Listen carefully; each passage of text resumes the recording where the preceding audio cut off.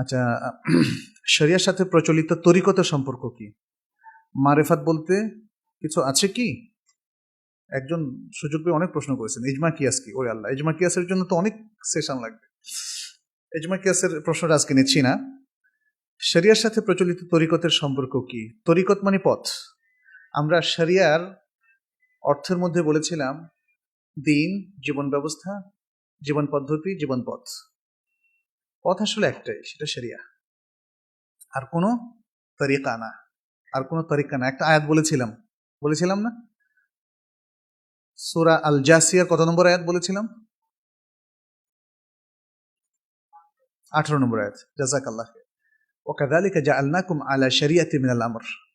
আল্লাহ রাসূল সাল্লাল্লাহু আলাইহি সাল্লাম আল্লাহ একটা শরিয়াতের উপরেই তাকে স্থির করে দিয়েছিলেন।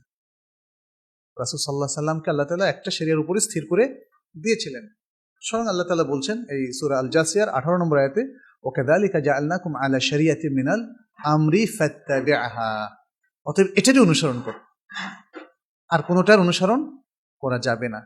অতএব যে সমস্ত তুরুকের কথা বলা হচ্ছে, যদিও হয়তো প্রকৃত অর্থে ওই সমস্ত তুরুকের দাবিদাররা বা অনুসারীরা তারা দাবি করছেন এটাই শরিয়াত, কিন্তু আমরা তো জানি তারা যদি দাবি করেন এর শরিয়া, কিন্তু তারা আবার বলেন যে এটা মারেফাত।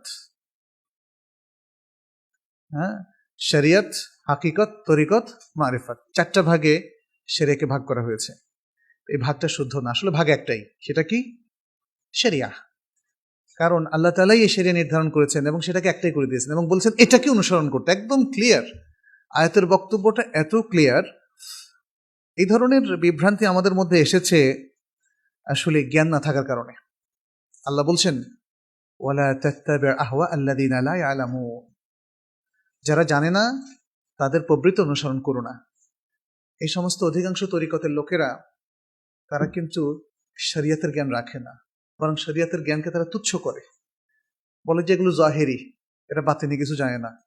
তাহলে বাতিনিটা কোনটা? বাতিনিটা দেখবেন যে এক এক তরিকার কাছে এক এক রকম, হাজারো রকম। বাতিনিদের কোনো একটা স্বরূপ নেই।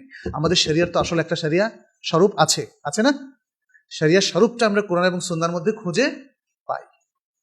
অতএব এখানে আমাদের যে যারা উপস্থিত হয়েছেন আজকে, তাদের মধ্যে তরিকতকে ভালো জানেন এমন কেউ যদি থাকেন, আমি অনুরোধ করব যে আপনারা একটু ভাববেন, দেখবেন। কারণ মুসলমানদের জন্য অন্ধভাবে কোনো কিছু মেনে নেওয়া জায়েজ নেই। তারা ঈমান আনবে আলা বাসিরা, তারা আমল করবে আলা বাসিরা। আলা বাসিরা মানে দলিলের ভিত্তিতে, বিচক্ষণতার সাথে, উইজডমের সাথে, জ্ঞানের ভিত্তিতে। আলা বাসিরার মধ্যে সব কিছু কথা ইনক্লুডেড, যে আপনি জ্ঞানের ভিত্তিতে, বুদ্ধিমত্তার সাথে, প্রজ্ঞার সাথে, সুন্নাহর ভিত্তিতে, কোরআনের ভিত্তিতে, ঈমানের ভিত্তিতে আমল করবেন। এটা হচ্ছে আলা বাসিরা। আপনি কোনো একটা ছোটখাটো আমলও আপনি নিজের থেকে করবেন না। নিজের থেকে কোনো জিনিস মুস্তাহাবও বানাবেন না, মাকরুও বানাবেন না। হারাম হালালে তো প্রশ্নই আসে না। নিজের থেকে কোনো জিনিস প্রচলন করবেন না, প্রণয়ন করবেন না। এটা হচ্ছে শরিয়ার বিধান। অতএব তরিকত, মারিফাত নামে অনেক কিছু প্রচলিত হয়েছে এবং বাজারে অনেক বই পাওয়া যায়। দেখবেন যে কোরআনের সাথে, সুন্নাহর সাথে এগুলোর কোনো রিলেশন নাই। তার মানে এটা পড়ে যাচ্ছে ওয়ালা তাত্তাবি আহওয়া আল্লাযিনা লা ইয়ালামুনের মধ্যে। সেই সব লোকদের প্রবৃত্তি অনুসরণ করো না যারা জানে না। একটা বইতে থাকলেই সেটা জ্ঞান হয় না। বইতে পাওয়া গেলেই কি জ্ঞান হয়? পত্রিকায় পাওয়া গেলেই সেটা সত্য হয়? হয় না। আসলে সত্যের কিছু ক্রাইটেরিয়া আছে, জ্ঞানের কিছু ক্রাইটেরিয়া আছে, যেটা ইসলাম নির্ধারণ করে দিয়েছে। অতএব যে কোনো কনসেপ্টকে জ্ঞান বলা যেতে পারে না, যে কোনো আমলকে ইবাদত বলা যেতে পারে না, যে কোনো বিশ্বাসকে ঈমান বলা যেতে পারে না। এটা খেয়াল রাখতে হবে।